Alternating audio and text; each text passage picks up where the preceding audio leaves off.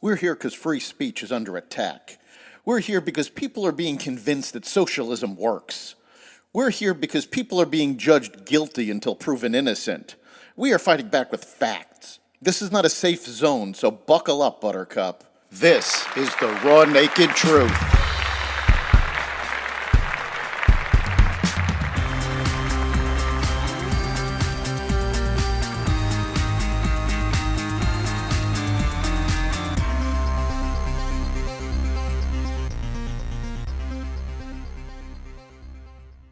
Air quality deteriorating, potential indictments, and more. Welcome to the Raw Naked Truth. I'm your host, Eric Lupkin, and here's the news you need to know. Federal prosecutors are close to asking a grand jury to indict former President Donald Trump on criminal charges relating to his handling of classified documents found at his Mar-a-Lago estate in Palm Beach, Florida, according to several news outlets. Trump has been notified he's a target of a criminal investigation, and The Independent, a British newspaper, reported that the Justice Department could seek an indictment as soon as Thursday. The Justice Department is likely to pursue any charges in a courthouse near Trump's Florida home. Much of Special Counsel Jack Smith's investigation has been before a Washington, D.C. grand jury, but prosecutors believe filing the case in Florida will eliminate potential challenges over the venue. Smoke from Canadian wildfires continue to clog the air across much of the northeastern United States, sending the air quality index in New York City to its worst level since the Environmental Protection Agency started recording the measurements in 1999. 75 million people were under air quality alerts. Manhattan was cloaked in an orange haze as the index rose above 324. 300 is considered hazardous. Up to 50 is good. Over 150 is unhealthy. In Syracuse, the index surpassed 400. Governor Kathy Hochul called the pollution an emergency crisis and warned it could last days. People have to prepare for this over the long haul, she said. The Kilauea volcano on Hawaii's Big Island started erupting again Wednesday after a 3-month pause. Webcams showed fountains of glowing lava within Halemaua crater, far from any people or buildings inside a national park. The lava this morning is all confined within the summit caldera, so plenty of room for it still to produce more without threatening any homes or infrastructure, said park spokeswoman Jessica Ferracane.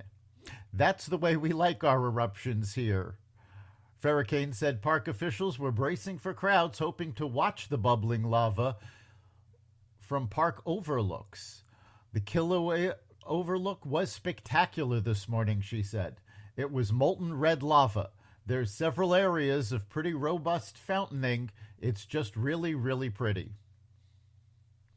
Struggling video game retailer GameStop fired Chief Executive Matt Furlong and promoted activist investor Ryan Cohen to executive chairman in the company's latest management shakeup, sending its stock plunging by more than 20% in after-hours trading on Wednesday.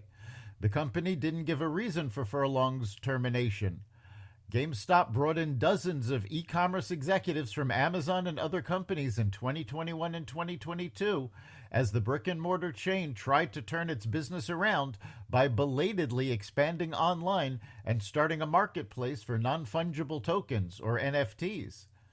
Many of the others who joined the company in that wave left last year as GameStop dialed back its online push and focused on streamlining operations in its stores.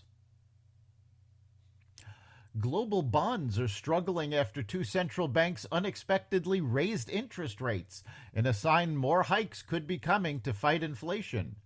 Shorter maturity U.S. Treasury yields are approaching their highest levels since March. Australian equivalents have surged to their highest in more than a decade, according to Bloomberg, following the surprise rate hikes by the Bank of Canada and the Reserve Bank of Australia.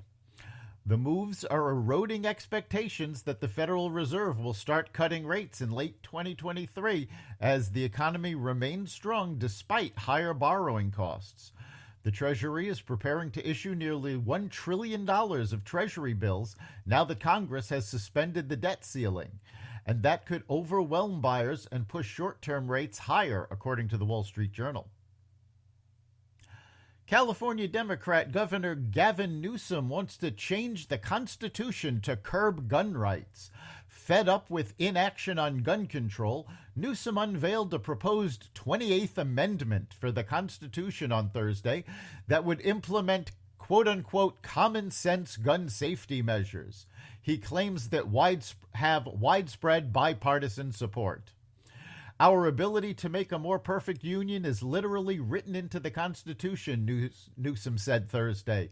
So today I'm proposing the 28th Amendment to the United States Constitution to do just that.